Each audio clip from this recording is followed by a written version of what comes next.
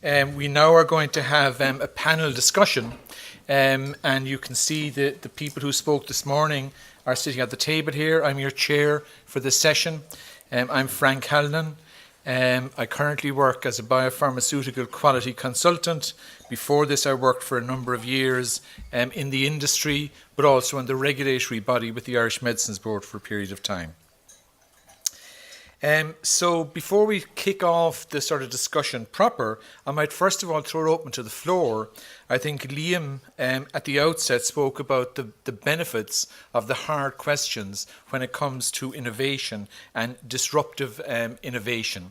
So I want to maybe throw it open to the floor and ask people if anybody on the floor has a comment or a question in regards to any of the presentations that the previous speakers made. So I'm looking around and looking for hands to be raised. And if you do want to raise a question, you might just say who you are and who you represent. And there's a question over here from this gentleman. So. Good morning. My name is Pat Gyrey from University College Dublin. Pat.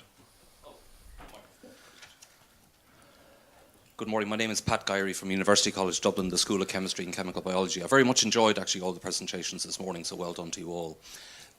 Just one thing that struck me, Liam, when you were talking in terms of skills shortages, and I agree that innovation and competitiveness will rely on the future in very well trained, enthusiastic scientists and engineers to solve the problems that will help with the manufacturing process in the future.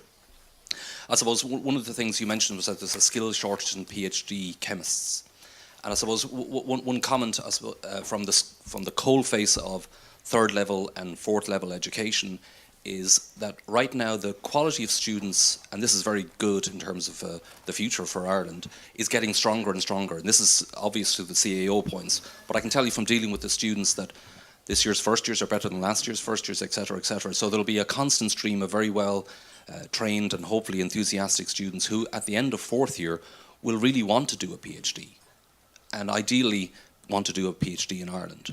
So I'd say there's a slight mismatch between there's a skills shortage versus fourth year undergraduate students really wanting to do a PhD, and they would tell me that there's a funding shortage for PhD students in those areas. So I think we really need to think about that, because one of the frustrating things as a head of school that you've got to do more and more is actually write references for very good students to go abroad for a PhD, and if they go abroad for a PhD, we've lost them to the system. So I just wanted to sort of say that on behalf of the students that are coming through the system, that if you want PhDs in 4 years' time, they've got to be funded right now.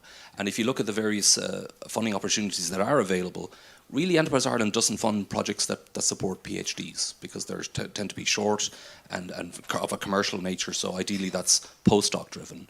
Science Foundation Ireland has many programs that support PIs that have PhD studentships through that as well.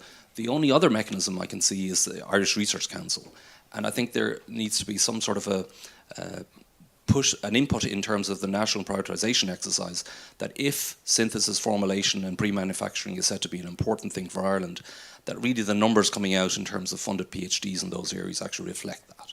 So that's just a comment, and I'd be happy to listen to what you think about that. Yeah, that's Pat, I think in terms of industry, we look for, as it was, easy ways to get in on these programs, and that's why the likes of the SSPC has been so easy for us to engage with it. And then out of that comes a large number of PhDs. And I know the SSPC2, which we applied for, would have something like 60 PhDs would come out. So that's one program, but we should be looking at other programs. But I think there's something more we should be doing and should be thinking about, and that's it's not just the higher education authority's responsibility to deliver PhDs. It's industries, our industry, have a responsibility to partner with the universities in that program. And so, for instance, I think a lot of the companies would take in PhD students during the PhD program, spend 3 months with us, 6 months with us, even years with us. So you'll find the companies are very receptive to that. So on-the-job work placements of graduates as they work through their PhD. But equally, you'll find us coming into the universities and trying to share some of our programs. So, for instance, the innovation program that I talked about earlier, we actually run modules in the university on that. And I'd love to see that program being run in secondary schools. Like, innovation is something that could be easy to roll out in secondary schools, even in national schools. There's huge opportunities there, and I think it's around a partnership and more partnership between the educators and the industry. I think there's a lot we can do. I suppose the key thing is there's a good news message that the students coming through are of a very high level. You read about it in the newspapers, yes, but I can tell you, and many of my colleagues in academia will tell you the same, actually, the quality and the interest of the students is very strong. So that's good for industry in the future. No, Pat, I agree. I think it's really fantastic to see, now over 500 points for some of the basic science courses, and for the first time we have bright students who aren't feeling like they must go into medicine because they're getting high points when really what they're interested in is science or chemistry. So it is really positive. I think the challenge is there's a long time lag, and the CAO system is very responsive to what's happening now. I mean, we've seen that over the last number of years. So students are seeing an opportunity now, but as you know, when they come out fully formed with their PhD, we're talking 7-8 years down the road. So we need to continually have that engagement with them as they progress through the system. And I think that's where the benefit is, because things will change over the next 8 years, and we need to make sure what we're giving them as I suppose, research funders and research providers, that it's still relevant. I think the other industry academic piece that we could look at is, are there people in industry who would be good PhD candidates who maybe did an undergraduate degree and have gone into work and might come back and do a part-time PhD? And, can we use some of the funding streams to support those kind of interactions? Because I think anything that brings the two systems closer together is going to improve the quality of graduates coming through. So that's very positive. And then just finally to say, you're right. I mean, we support about 1,500 PhD students through our programs, but we don't give out any individual fellowships. But we have, in our new agenda, you'll see when it launches, that we've committed to engaging with the IRC to look at potentially funding or co-funding PhD studentships with them, particularly in the priority areas, including this one. So I think we do recognise that there is potentially a need for us to get more engaged at the PhD studentship level. Thanks, Ruth. So we'll maybe look for other questions, other comments. There's a question down here at the back. If you just wait for the mic.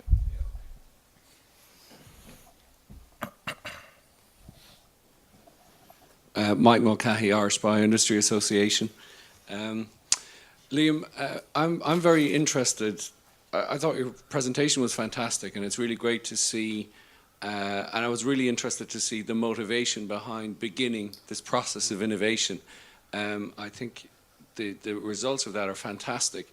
One thing that we're talking about graduates, we're talking about resource shortages, we're talking about motivation to innovate, etc. There was a clear driver in your case, or in Pfizer's case, because of a huge risk to product shortage, because of the success of that product, if you like. To flip it over, I'm wondering why other organizations don't have the same sort of pressures to engage in this kind of, transformational innovation in terms of, rather than incremental. And I'm just curious about how the journey you had in terms of the drivers within Pfizer to make that happen, and why other companies, which must have similar kinds of challenges, not necessarily related to demand, but could be cost pressures, whatever, why there isn't the same kind of need to deliver on that with the, let's say, 70, 80% that don't involve.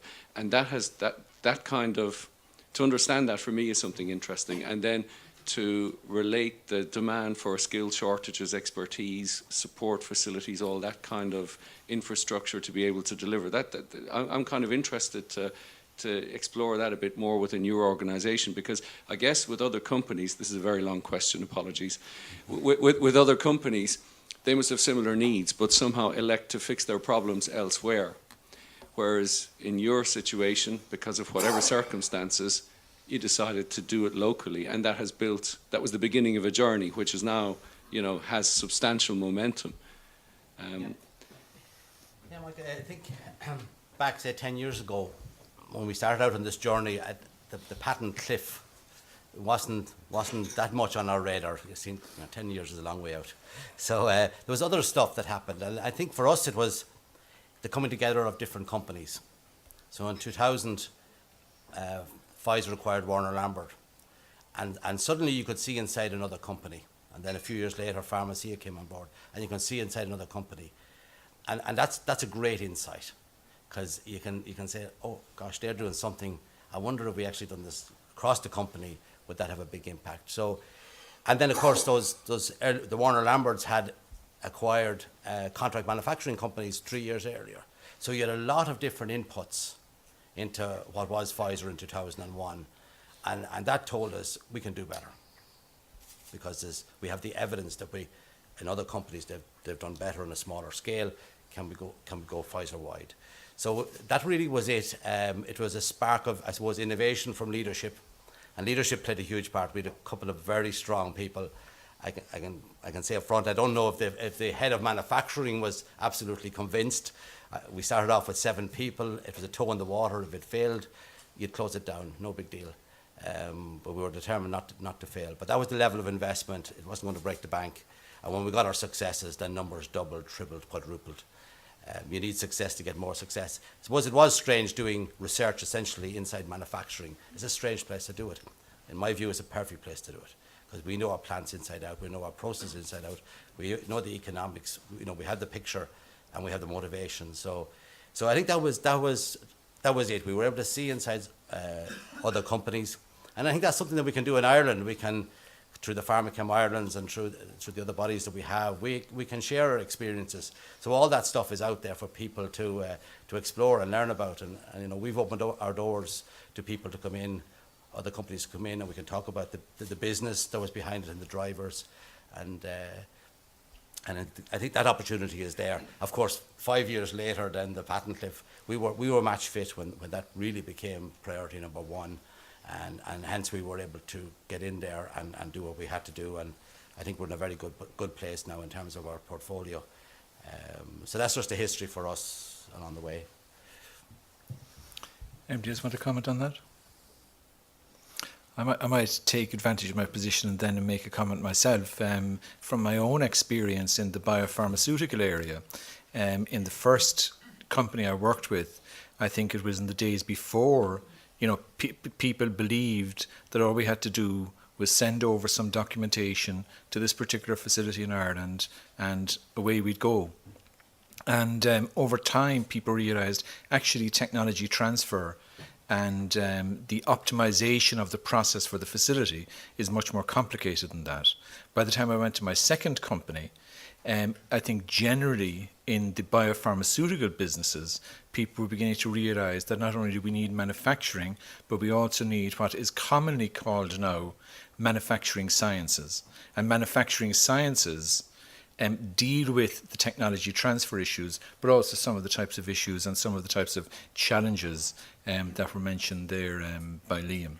And I think that it's almost like an evolutionary development, in my opinion, from a very simple mandate to the recognition that, gee, this stuff isn't just a slam dunk, and that then generates the need. We need more scientists and so on associated with the process. Any other questions from the floor? There's one over here. If we can get a mic. In here.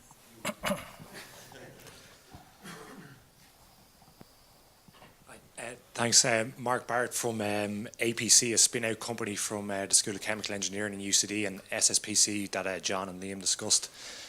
I think Liam raised a real important point about the innovative manufacturing practices in Ireland, and really the IP from Ireland being really the process that we apply at scale here locally. I was wondering what the panel think of the timelines required to enable that strategy to other pharmaceutical companies across the board in Ireland. Obviously, the value proposition is so significant that Liam discussed. I was wondering, do we envisage that companies will do that, and how long it will take them to do that? Obviously, Liam, you're on a sort of a lengthy journey. Do we think that journey is short enough to enable competitiveness still in Ireland in the sort of near-term future? And if it is too short, what are the near-term objectives that the panel and the wider funding agencies see to enable that strategy? That's a good question, Mark. I think during my talk I outlined the importance of setting targets, and that's the place to start. So what is a business imperative? lay out the dates, lay out when it has to be done, and then you can approach it many different ways. The PDC is just one way that we've done it, but there are other ways to do it. When we started up, we didn't have access to APC, spin-out company.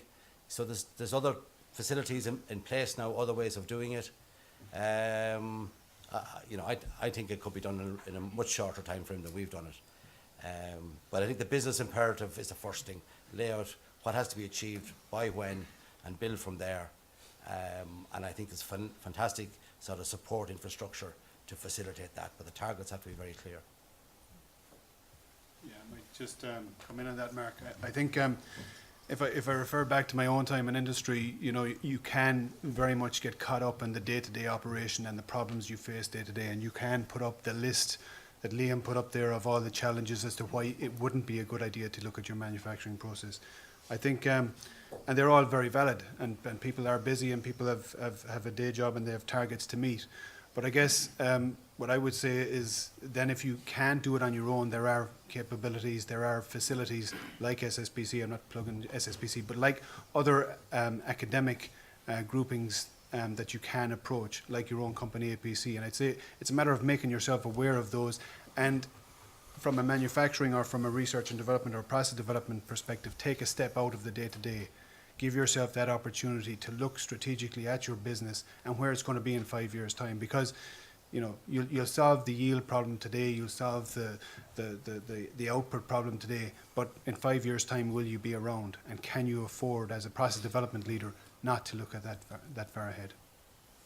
And I suppose from the industrial development agencies, either IDA or Enterprise Ireland, it's about, I suppose, an early discussion around what is the strategic imperative, what is the research agenda, and then trying to understand what is the best way to ensure that sort of you maximise the support from the state. There are so many different groups, agencies, higher level institutions, funding mechanisms. They're complicated. So the earlier, I suppose, you have a view as to what you really want to get and how best to get it, then it's much easier to get the right advice as to this might be the best way to make something work here. Yeah, I think that's really critical that you're targeting the right kind of support for what it is that you want to achieve, because there's very different timelines around some of the state supports. So as Liam said, if you've done your plan and you have a target that this needs to be done in the next 24 months, it's probably not a good strategy to be going to look for, say, EU funding support, where you're going to have 12 to 18 months before you even get a funding decision. So, you need to make sure that you're lining up the dates where you need to deliver with the kind of support that you're going to get.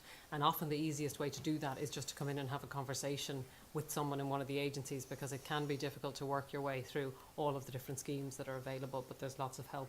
There's lots of help there. I think we have another question or comment on here at the back.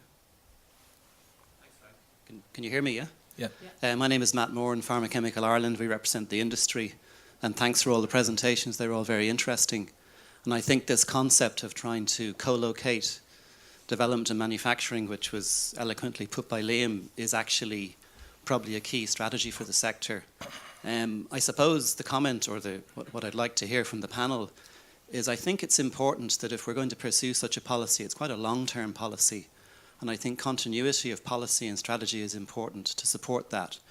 With particular reference to SSPC and John's presentation, that from an industry perspective is something that seems to be working. We found that it's crossed a number of barriers in terms of real collaboration between industry and academia. They've dealt with the IP topic, we believe, quite well.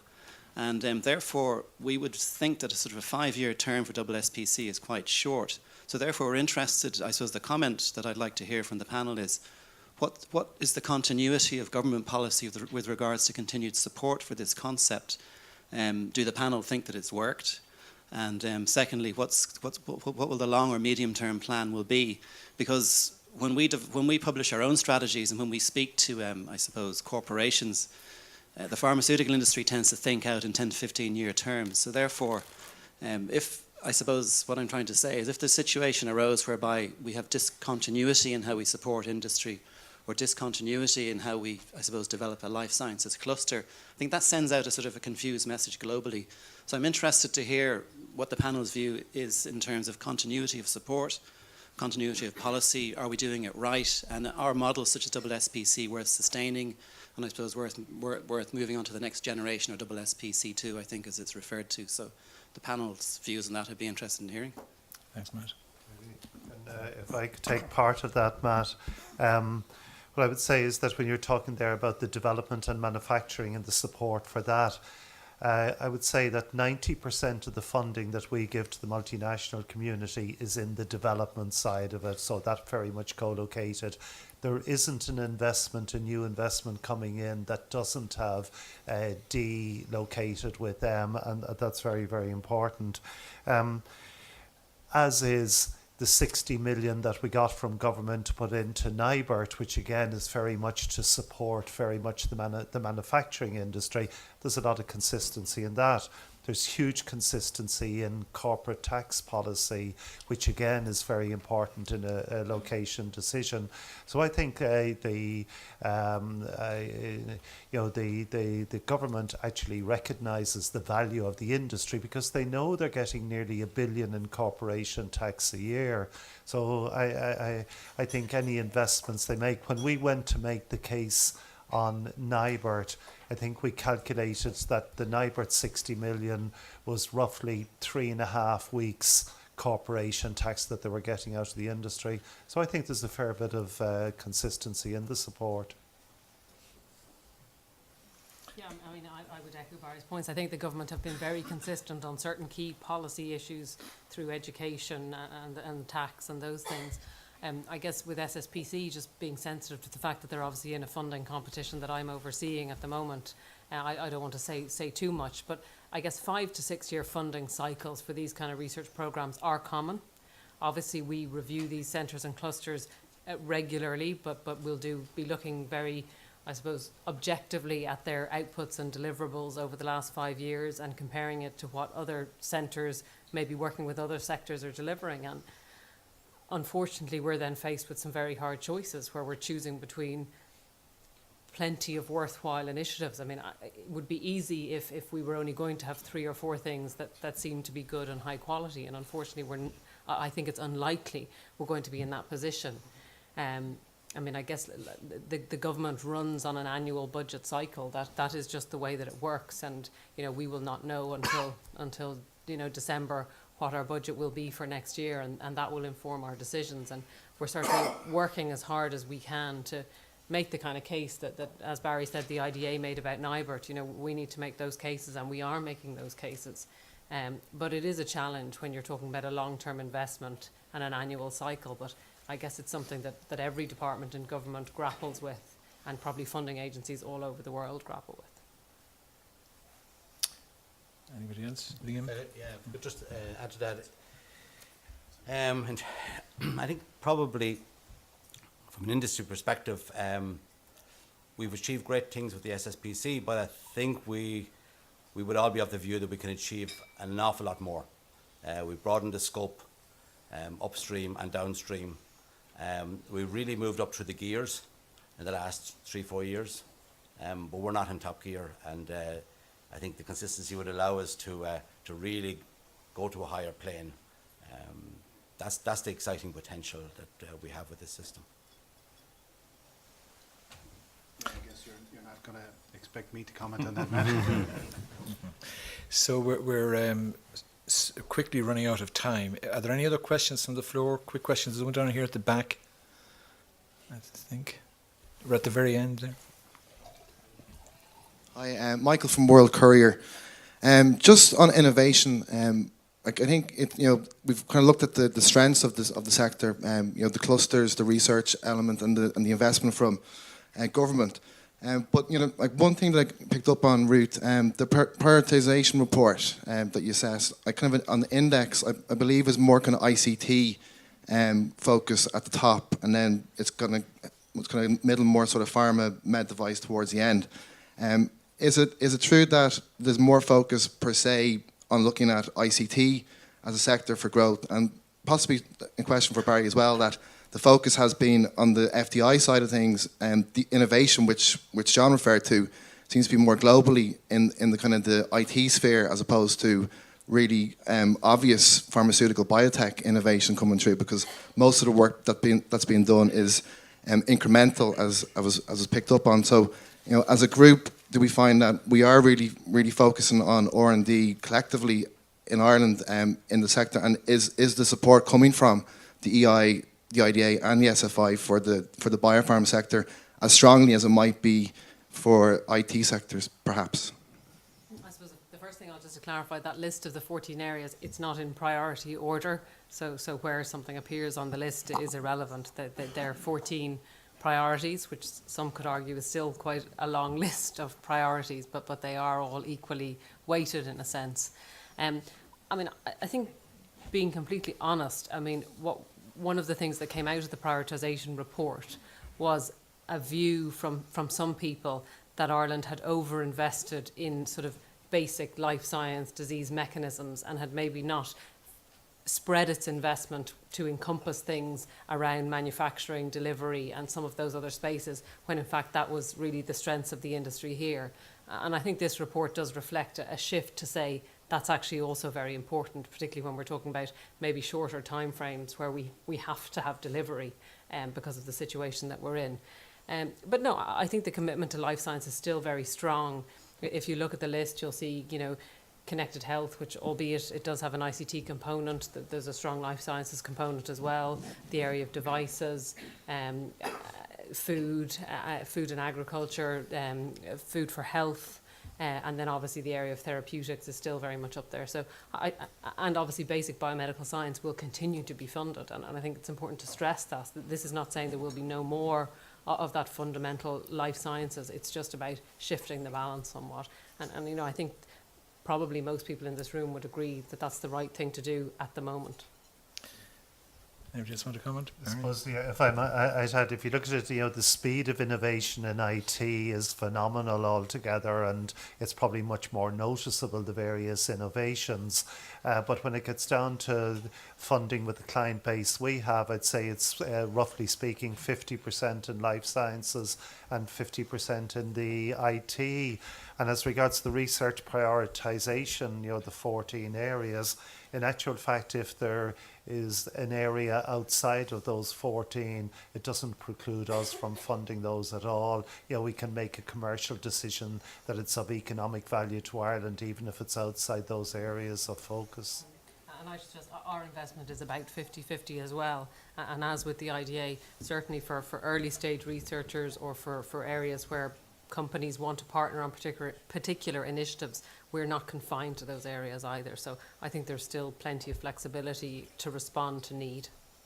And just from an Enterprise Ireland perspective, it is true that sort of pharma projects probably deliver fewer jobs than others relative to the, and we did actually take a look at this in the last year, and we did an analysis of the benefit of these pharma startups relative to, I don't know what, internet media games type startup, and while the jobs are lower, certainly the sort of the investment in Ireland, the R&D spend, what we call the Irish economy expenditure, was far higher. So from our perspective, the sort of our investment committee, I suppose, just re-emphasised that they were still willing to invest in biopharma startups on the same basis as any others. But the shortage of biopharma startups isn't money; it's actually decent projects, really. So it isn't like the state has tightened up in terms of money for these projects. Okay, we're nearly out of time, so I'm going to take advantage of my position here, and I'm going to ask the panel maybe to address one question, and maybe if each person, I guess, would take about a minute, then we'll make the time limit that we have. And that question is a fairly simple question. In the context of the theme of this morning's discussion, what do each of the speakers see as the biggest opportunity and the biggest threat to innovation and pharmaceutical manufacturing? Simple question. I'm not sure who'd like to start. If we go by the order of the speakers, then maybe I'd ask Liam to. Sure. But I did ask for a tough question, so I think the opportunity is around building from our current base. We have a huge manufacturing footprint in Ireland, and the opportunity is to build on that. The threat is that we don't take advantage of that, and that would be a shame. That we actually, let the time go by, not maximise the potential of what we got, and that's why I suppose we're so passionate about that, to actually look at all aspects of the business, definitely look at the manufacturing process, maximise the potential of the manufacturing we have in Ireland. Thanks, Liam. Yeah, I guess. Sorry. Sorry, am I next? In terms of the opportunity, I think the opportunity that I would see is in the community of practice that can be established in Ireland between the various links we have. We have a very strong pharmaceutical sector. We have a very strong connected group of pharmaceutical companies through PCI. We have a very strong academic support grouping. So I think if you can bring those together, if you can bring the best of the academics together with the best of the industry, together with the best of the infrastructure, and I think the Ruth mentioned the PRTLI and the various funding schemes and the infrastructure call that's just been announced or about to be announced from SFI, those if you can create that community of practice and maintain it, that's a fantastic opportunity. In terms of the threat is the flip side of that. Obviously, it's if you can't maintain it, or if the funding can't be found. And I realise we're in a very competitive area in terms of funding of research centres, and I won't go on about SSPC forever. But I would say that if we can't fund centres that support 56% of our exports, or 24,000 jobs, or 1 billion of corporate tax, then I think we are in a difficult position, and I think that's the threat. Ruth? I think that partnerships are a key opportunity here, both between companies and with academia, and then moving to clusters as well. I think the other opportunity is for the pharma sector to look to some of the other areas of research and strength that we have in Ireland. We have an amazing multinational sector and indigenous sector in the ICT space that's coming up with novel analytics, business process, IT solutions that can potentially feed in to improving the competitiveness of your business processes and your manufacturing processes. I think there's ground that can be made up. There's technology centres focusing on things like energy usage. So I think you can attack the problem from lots of different ways, and the opportunity, I guess, is to get out there and try and identify how you can do that. I mean, obviously, the threat, I would echo John's threat. The threat is that having done so much and have gone sort of from nowhere to somewhere, that we don't take it to the next level. And I'd like to really see that we do, and I think there's an awful lot of will to do that. So at the moment, I think that's the immediate threat for us. Thank you. Barry? So from a manufacturing perspective, I think one of the things that we have to make sure to do is that we transform, to be the factory of the future. There's a lot of talk in the industry, and how will Ireland adopt to that and, become a global leader effectively. Allied to that is the constant need for the focus on competitiveness, because not everybody in the industry in Ireland has addressed the competitiveness challenges that they have. I suppose a bit of a dark cloud might be very much the actions of a couple of countries, effectively Russia and Turkey and a few others, beginning to insist very, very strongly, particularly Russia, about manufacturing taking place there. So there's some of the thoughts I'd have. Thank you. In terms of opportunities and threats, I think I just